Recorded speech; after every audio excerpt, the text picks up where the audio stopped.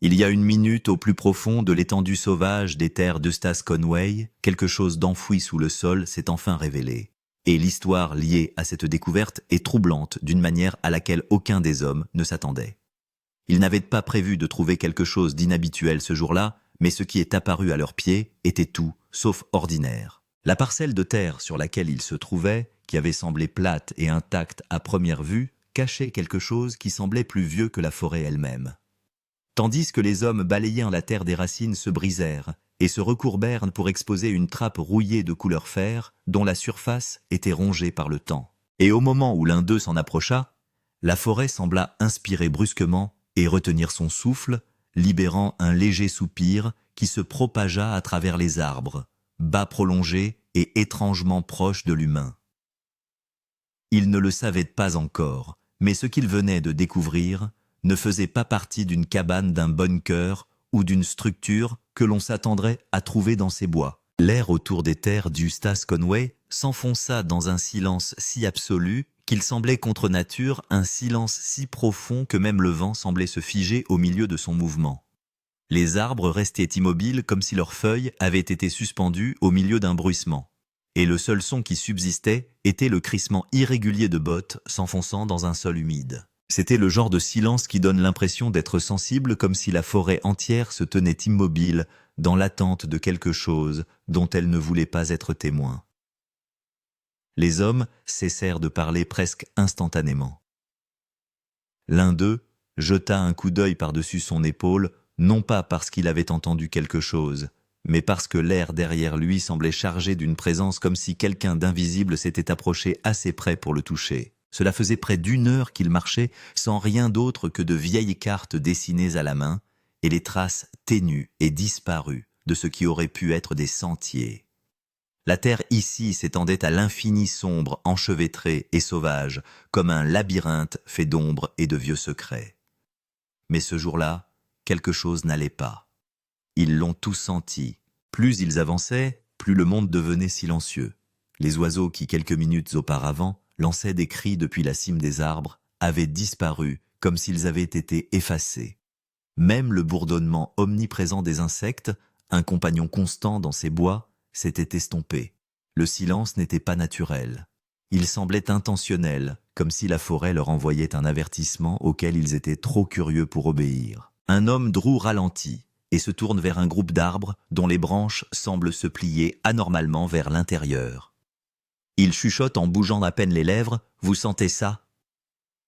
Les autres hochent la tête en signe d'assentiment, bien qu'aucun d'entre eux ne soit en mesure d'expliquer ce qu'ils sont en train de faire. Drew a senti que le silence n'était pas seulement silencieux. Il avait du poids. Une pression basse et lourde qui s'insinue juste sous la peau et s'installe froidement à la base du cou. Le genre de sensation qui vous convainc que vous êtes observé, même si le chemin derrière vous est vide. Drew expira lentement et son souffle devint blanc s'enroulant dans l'air comme de la vapeur, même si la température n'avait pas baissé. Personne n'a parlé après cela. Les mots semblaient ne plus avoir leur place ici. Ils continuèrent donc à avancer plus lentement maintenant, chaque pas semblant trop fort dans une forêt qui ne devrait pas avoir d'écho. Le chemin se rétrécit peu à peu, les entraînant dans un creux peu profond, où le sol devint nettement plus sombre, presque noir. L'odeur changea elle aussi. Elle commença faiblement comme l'odeur d'un vieux bois mélangé à celle d'un métal froid. Puis elle s'est renforcée, devenant plus aiguë, plus lourde, comme s'ils avaient pénétré dans un endroit où quelque chose d'anormal avait été enterré. Les hommes échangèrent des regards, prudents interrogatifs, mais aucun n'osa rompre le fragile silence. Drew souleva sa lampe de poche lorsque la lumière vacilla une fois puis deux avant de s'éteindre complètement. Lorsqu'il parvint à la rallumer, le faisceau traversa les arbres et se posa sur quelque chose qui n'était pas à sa place. Droit, rigide, jaillissant du sol comme un morceau de terre qui n'appartenait pas à cet endroit. Tous se sont figés.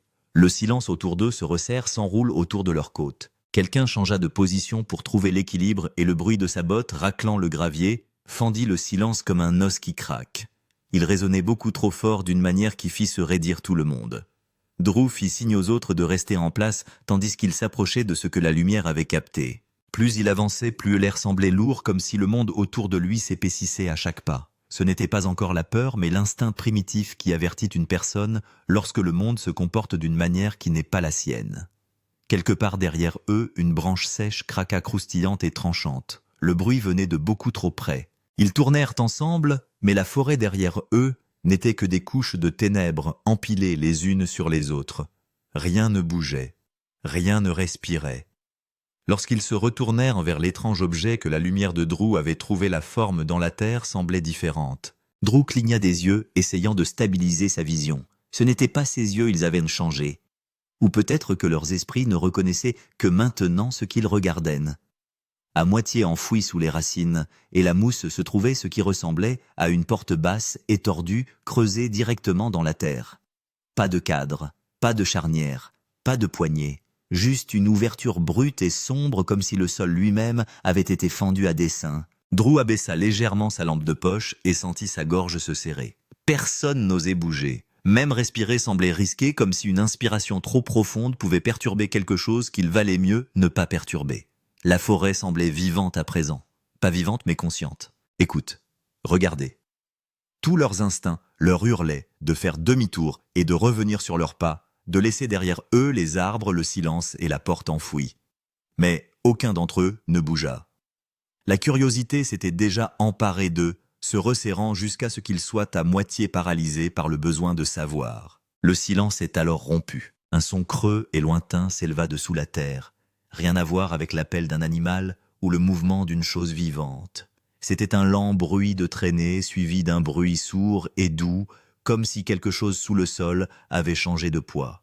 Les hommes reculèrent instantanément, les yeux écarquillés, le cœur battant, attendant que le son se reproduise. Mais ce n'est pas le cas. Il se termina aussi brusquement qu'il avait commencé, laissant la forêt dans un silence qui semblait plus profond et plus étouffant qu'auparavant. Drew s'accroupit, sa lampe de poche tremblant dans sa main.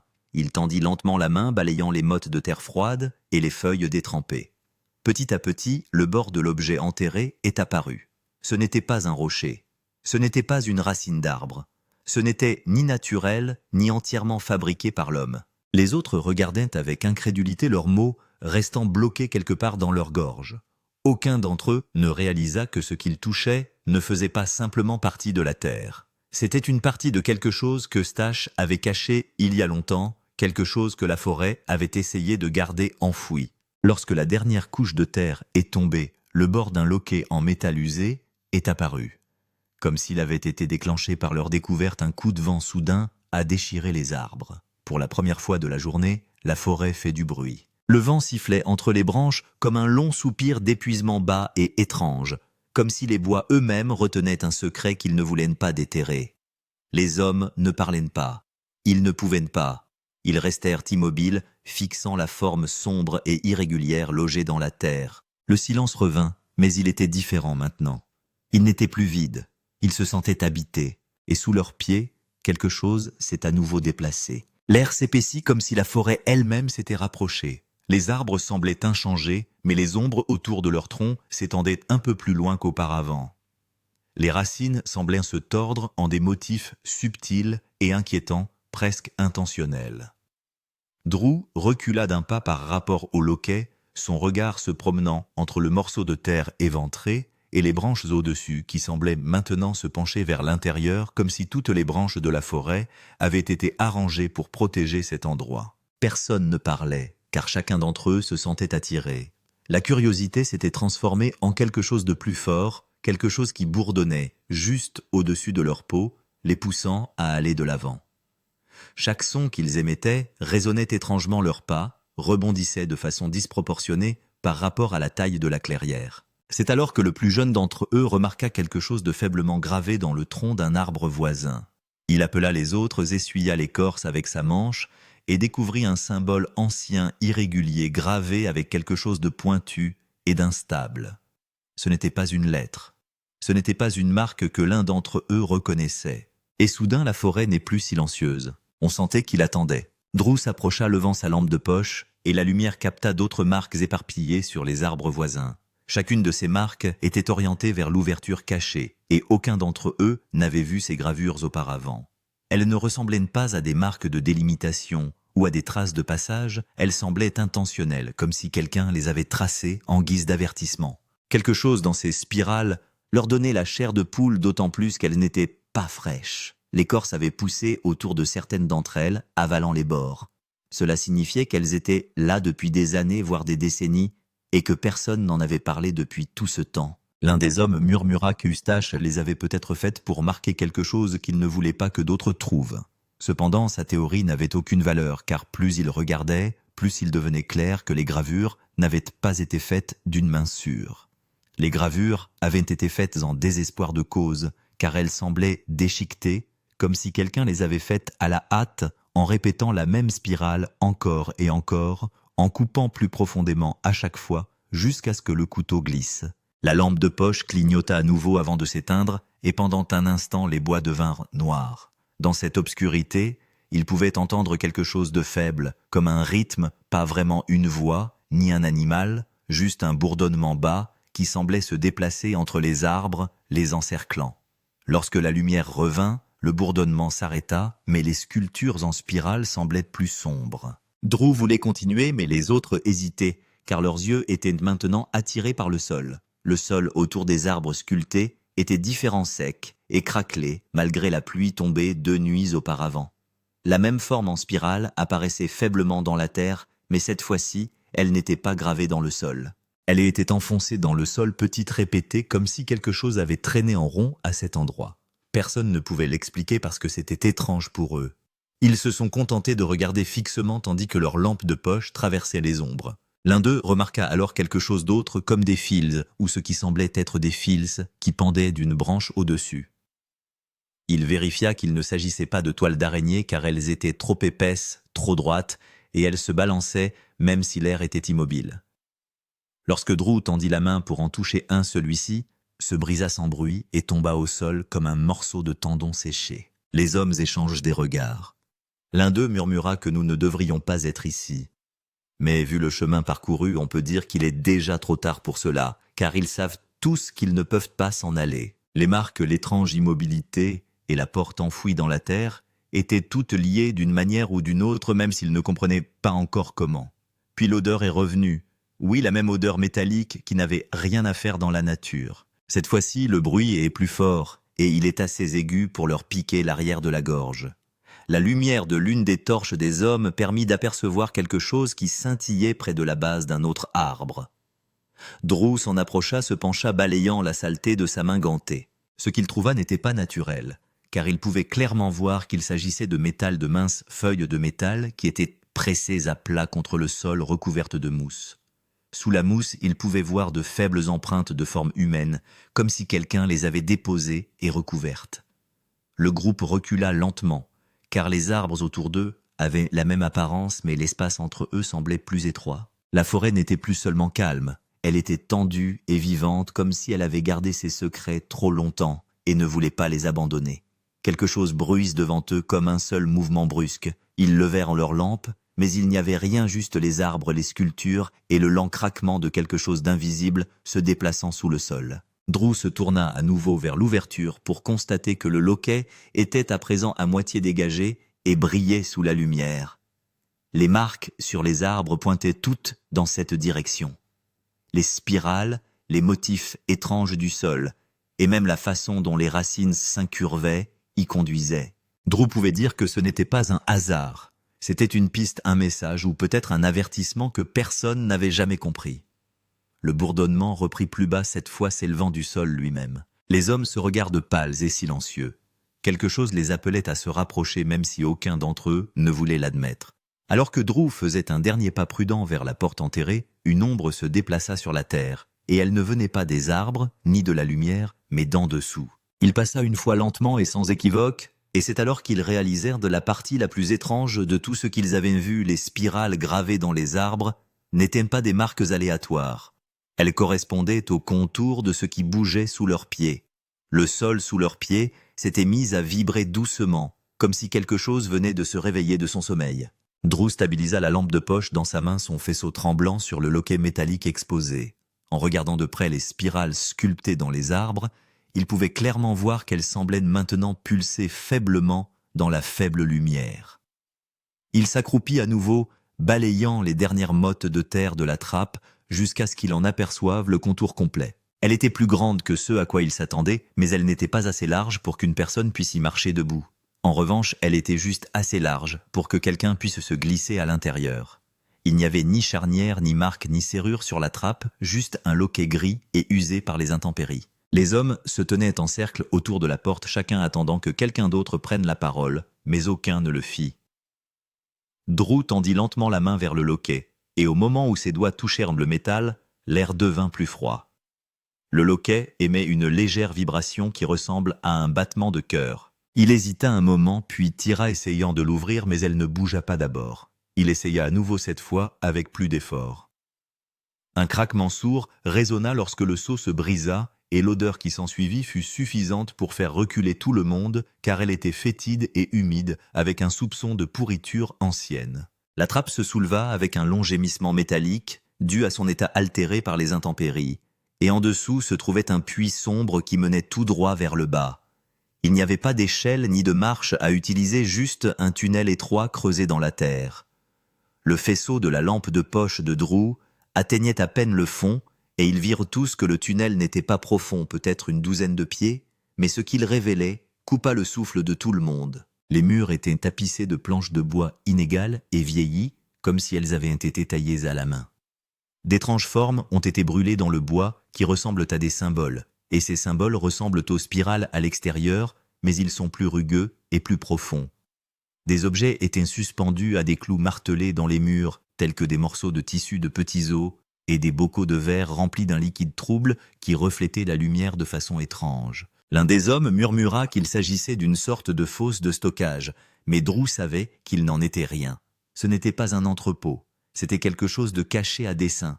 Il descendit avec précaution ses bottes, s'enfonçant dans la terre humide du fond.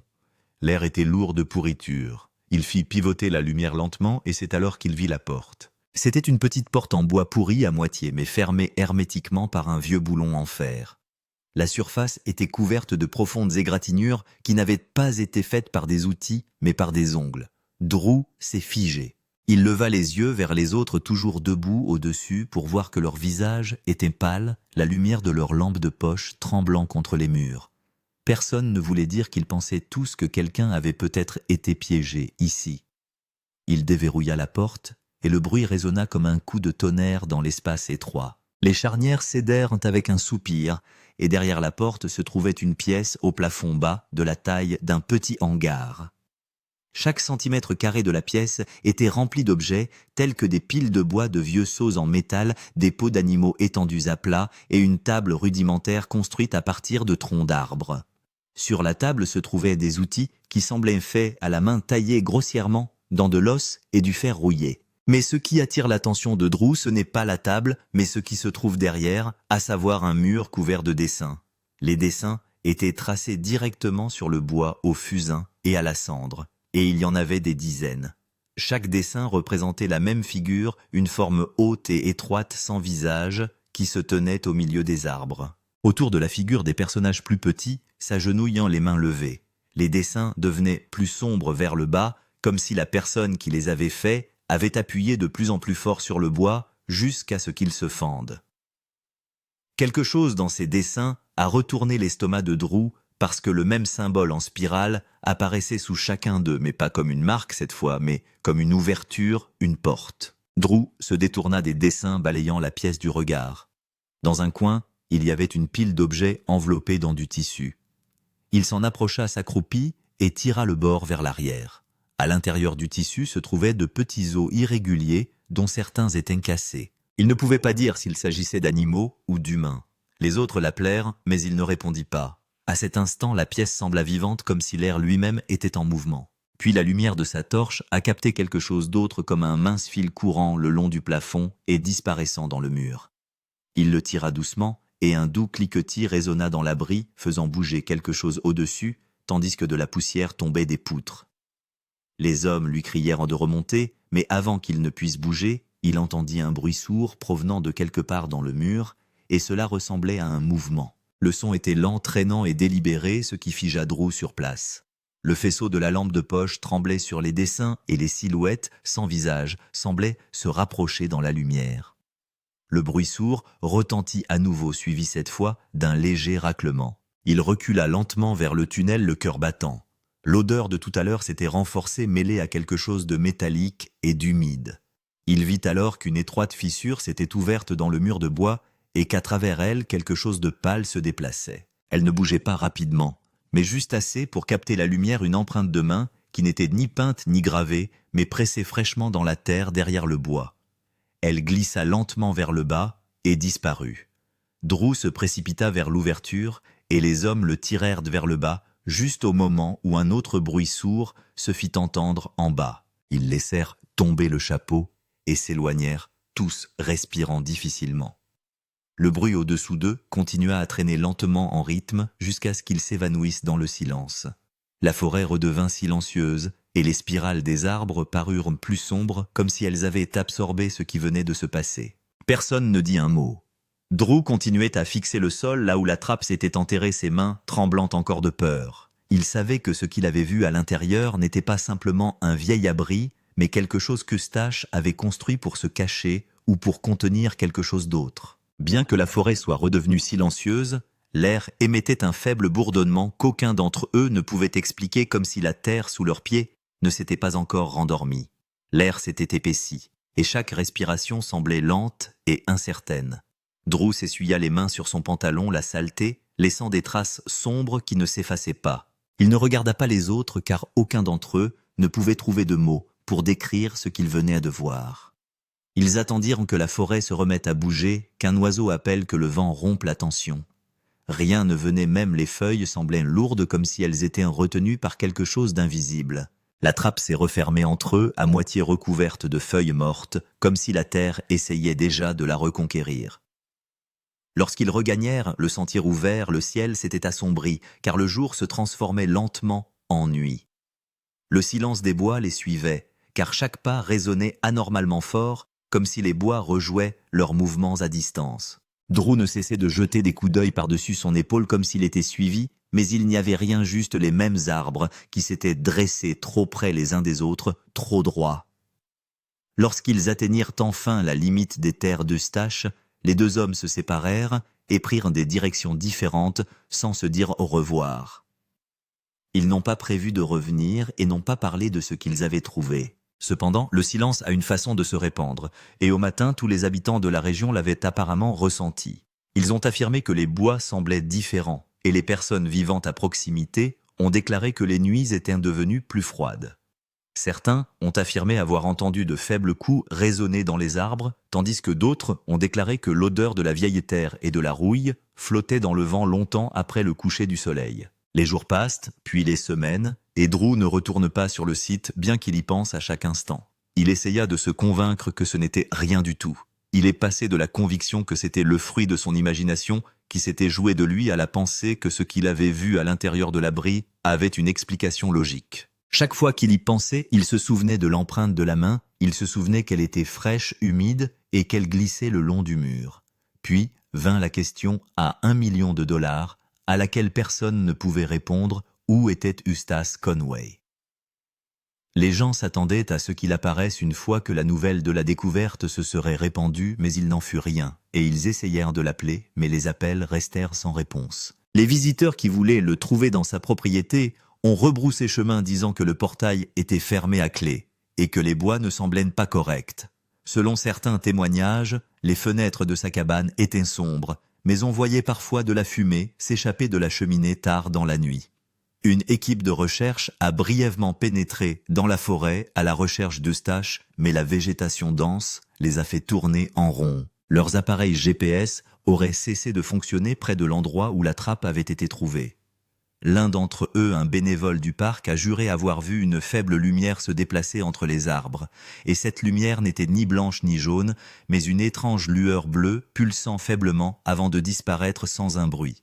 Lorsqu'ils sont finalement sortis, ils étaient pâles, silencieux, et ne voulaient pas parler de ce qu'ils avaient vu. En ligne, l'histoire s'est répandue plus vite que quiconque ne pouvait le contrôler, car des personnes ont commencé à télécharger des photos floues qui prétendaient montrer l'entrée.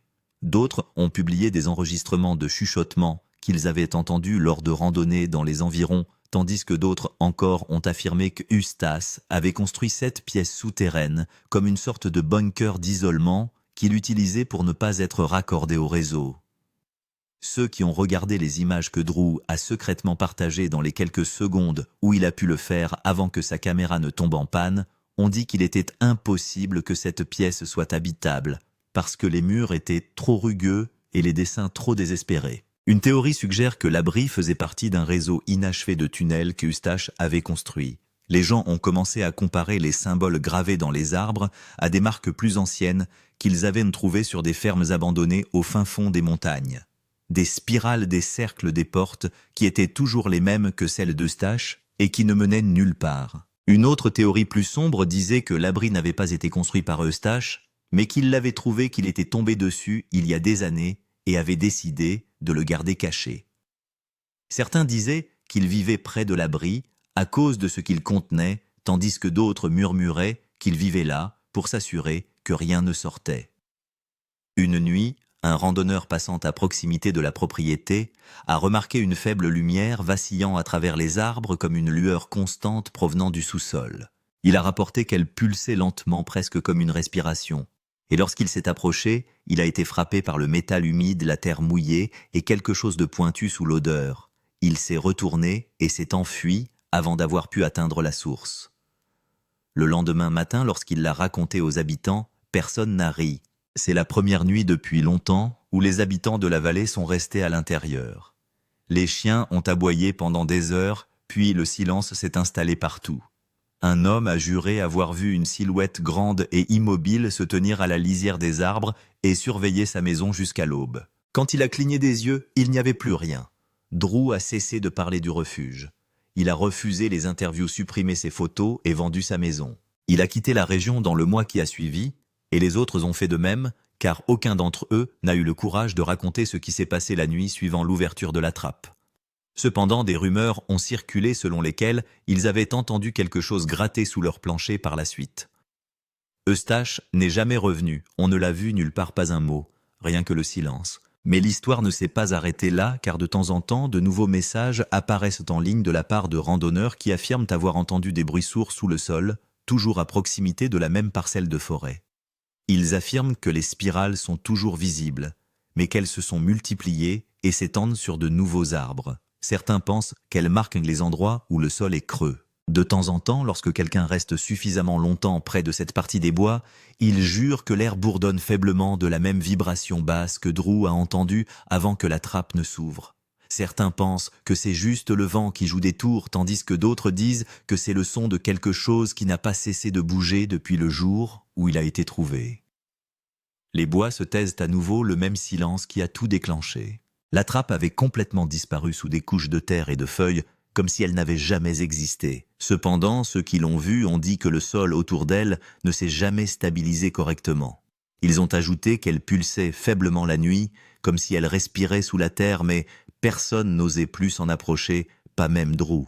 Les semaines se sont transformées en mois depuis que Drew et ses hommes sont allés là-bas, et le nom d'Eustache s'est peu à peu effacé des nouvelles, mais pas des chuchotements. Les gens parlaient encore de faibles lumières sous le sol d'arbres qui poussaient en lignes tordues, correspondant aux spirales gravées dans leur écorce.